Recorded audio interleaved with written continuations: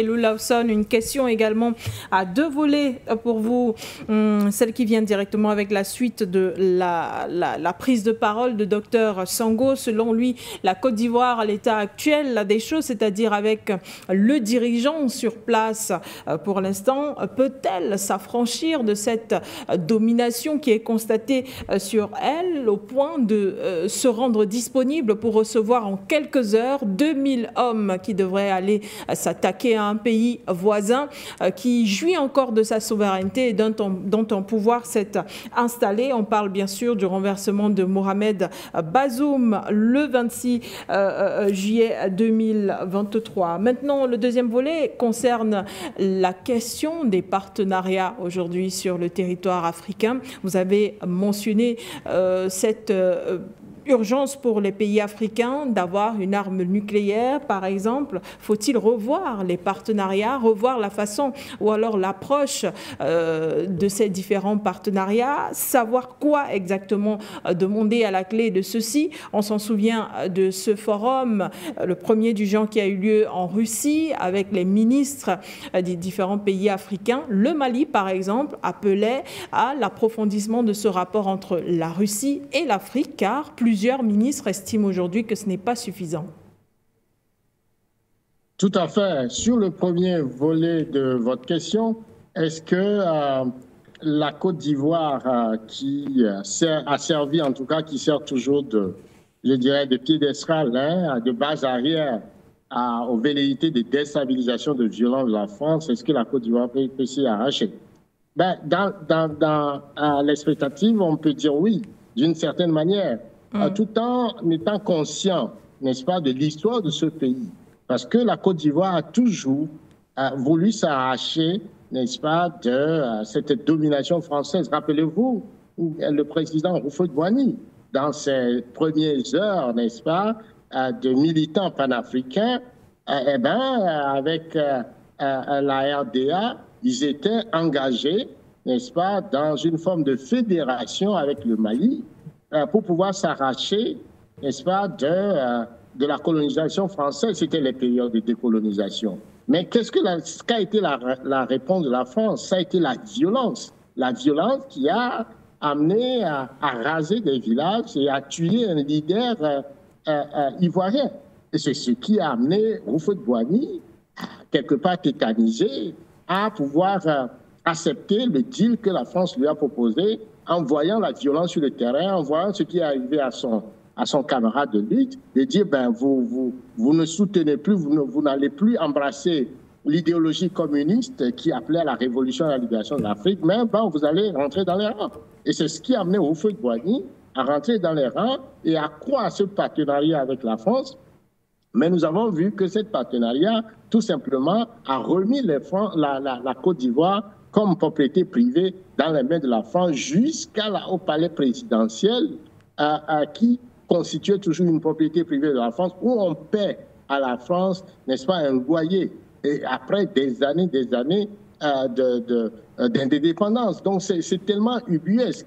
Et ceux qui se sont encore élevés contre cela, le président Gbagbo, qui est la figure emblématique du panafricanisme aujourd'hui, par sa résistance, le père même de la démocratie en Côte d'Ivoire, parce que c'est lui qui s'est opposé au président Houphouët-Boigny dans les années 90. Mais qu'est-ce qui est arrivé à ce grand panafricain qui a fait sa lutte avec des armes pacifiques, c'est-à-dire les principes de droit, les principes de souveraineté où le peuple doit pouvoir décider le choix de ses dirigeants.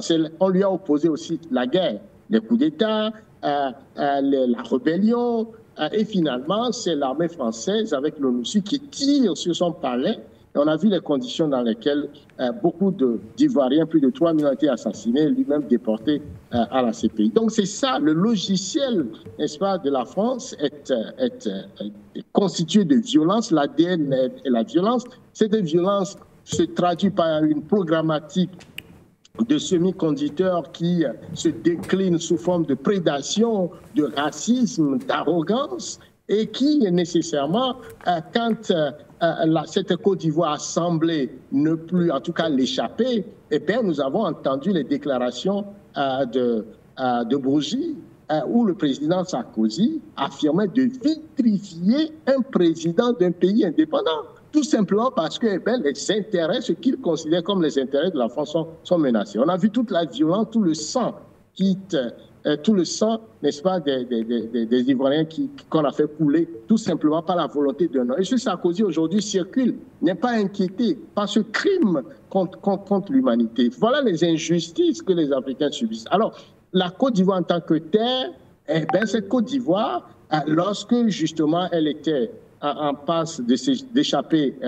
aux mains acérées de la France a utilisé un autre pays, le Burkina Faso, pour monter une rébellion, pour les attaquer. Et depuis que leur poulet a été placé, a été sorti du ventre des chars français portés Manu Militari au pouvoir, est-ce que vous avez encore entendu parler de rébellion? Est-ce que vous avez encore entendu parler de division ethnique en Côte d'Ivoire? Non, parce que quand c'est toujours leurs hommes, leurs valets locaux qui sont au pouvoir, il y a la paix. Ben, quand les Africains choisissent la liberté, la souveraineté, ils créent toutes sortes de chaos, de violence, de terrorisme ou de rébellion parce que leurs intérêts sont menacés. Voilà un peu les éléments de leur logiciel. Alors, l'opinion aujourd'hui, ce qui est intéressant, c'est que l'opinion aujourd'hui, le peuple ivoirien est vent debout. Ne s'est pas encore soulevé, mais va se soulever bientôt avec un leader clairvoyant qui a été en avant-poste de tous les combats historiques, Laurent Gbagbo. Ce peuple va encore se soulever et la méthode de violence implémentée par la France, cette méthode-là fait l'expérience de sa propre limite, puisque Ouattara aujourd'hui, après 3 mandats, etc., 80 ans, ce président, il n'y a plus d'arguments, n'est-ce pas, pour pouvoir le maintenir au pouvoir suite à la volonté de la France. Donc, l'équation se complexifie et que l'écosystème politique, environnemental de l'Afrique est en train de changer, les plaques tectoniques bougent et donc la mécanique, la formule de domination de la France ne va plus tenir, puisque les Africains aujourd'hui ne sont plus les Africains des années 60. Donc cette configuration, ce changement, n'est-ce pas, est une nouvelle dynamique qui fait en sorte que la France doit pouvoir tirer toutes les leçons et adapter justement sa stratégie dans un rapport de gagnant-gagnant et sortir justement de cette formule d'exploitation. Est-ce qu'elle pourra? La question, moi, je suis dubitative là-dessus, puisqu'elle a vécu d'une certaine manière comme une sanction sur l'Afrique en prenant tout à fait gratuitement les ressources. Elle a bâti sa richesse, son niveau de vie, son influence, sa puissance sur cette exploitation. Et si elle doit revenir changer de logiciel, c'est la dégringolade, c'est la perte de puissance. Et ça, les Français ne sont pas prêts à l'accepter. Donc, ils préfèrent faire violence pour pouvoir le garder. Mais bon, la violence, l'histoire des peuples, des empires ont montré que la violence n'a pas été toujours un moyen, même si c'est un moyen de domination dans un moment, ça finit toujours par se retourner comme boomerang contre les peuples qui l'ont utilisé à travers le temps et l'espace. Et donc, l'avenir de la France, il va falloir que les Français réfléchissent sur cet avenir et changent fondamentalement son rapport avec l'Afrique en sortant de l'esclavagisation, de la colonisation, de l'arrogance, du racisme, en pensant plutôt à des rapports de solidarité, d'échange tout à fait humains entre les peuples d'Afrique qui ont apporté à la France la liberté. Je me rappelle encore des 82 000 Africains qui ont sacrifié leur sang, leur vie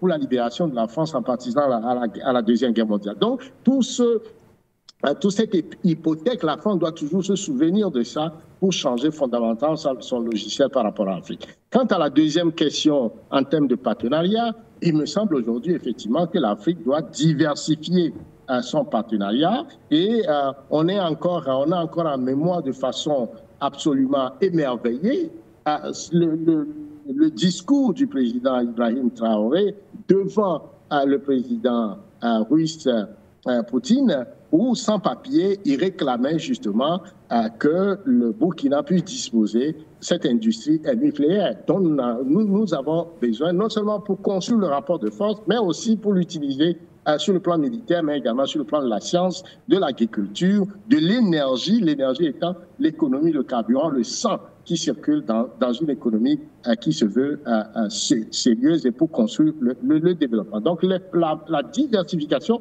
du partenariat est une clé pour l'Afrique et surtout que certains pays, certaines puissances s'ouvrent à cela parce que nous vivons dans l'architecture anglo-saxonne, dans l'architecture de domination colonialiste, un apartheid où on nous prive de tout ce qui peut nous amener à se mettre debout, à disposer d'une certaine souveraineté, que ce soit au niveau économique, au niveau politique, au niveau industriel et au niveau militaire. Donc il y a un apartheid qui est sur l'Afrique pour que l'Afrique ne dispose pas, n'est-ce pas, de ces instruments et qu'on en fasse tout simplement des consommateurs, des attardés qu'on manipule au gré de leurs desiderata. Et donc il faut sortir de cette architecture, de cette structuration pour aller vers justement la conquête des instruments de souveraineté. Et ça passe par le partenariat avec les pays qui ont vécu les mêmes atrocités, les mêmes dominations. Donc il y a le cas de l'Iran, le cas comment on l'appelle, de la Turquie ou encore de la Chine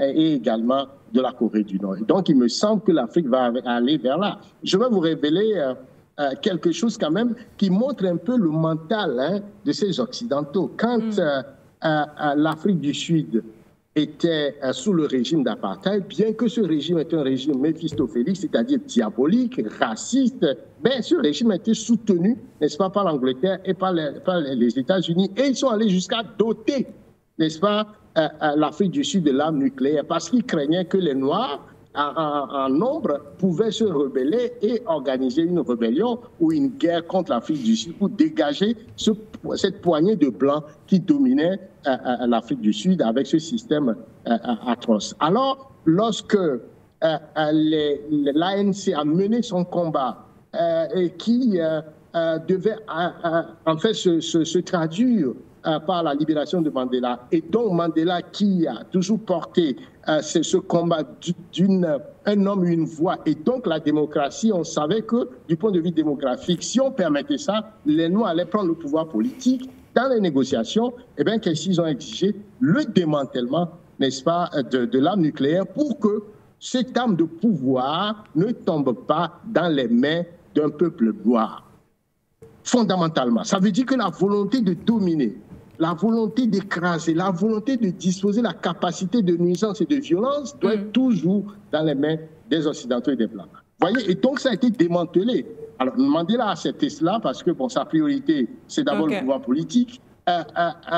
Et aussi par la suite, si l'Afrique du Sud pouvait encore reprendre cela, mais c'est pour vous montrer comment on veut priver l'Afrique des capacités de sa puissance et de son développement. Alors s'il y a d'autres partenaires qui peuvent nous donner cela, il faut les embrasser et permettre que l'Afrique dispose de cette capacité sur le plan industriel, sur le plan sécuritaire, mais aussi sur le plan du développement pour assurer la protection de l'Afrique. Et je le dis toujours, l'Afrique est une plaque unique, et donc il faut penser la sécurité de l'Afrique sur le plan panafricain, mais également nos océans, parce que ça, c'est un impensé dans toute la stratégie africaine. Et quand nous restons un peu dans nos enclos coloniaux, nous ne pensons pas de façon holistique. Donc l'Afrique étant un continent, un pays, un peuple, il faut se projeter dans la projection stratégique sur nos océans, la Méditerranée, l'océan Atlantique, l'océan Indien. Si nous arrivons à contrôler tout ça avec le canal de Suez, la mer Rouge, nous avons cette capacité de puissance de se projeter sur d'autres continents et de faire en sorte que nous déplaçons, n'est-ce pas, les fronts vers eux, et ça sécurise l'Afrique d'une certaine façon. Voilà ce que je pense essentiellement sur la question justement des partenariats où nous devons sortir du fait de laisser un peu ces domaines de compétences et de souveraineté, de puissance dans les mains des Occidentaux.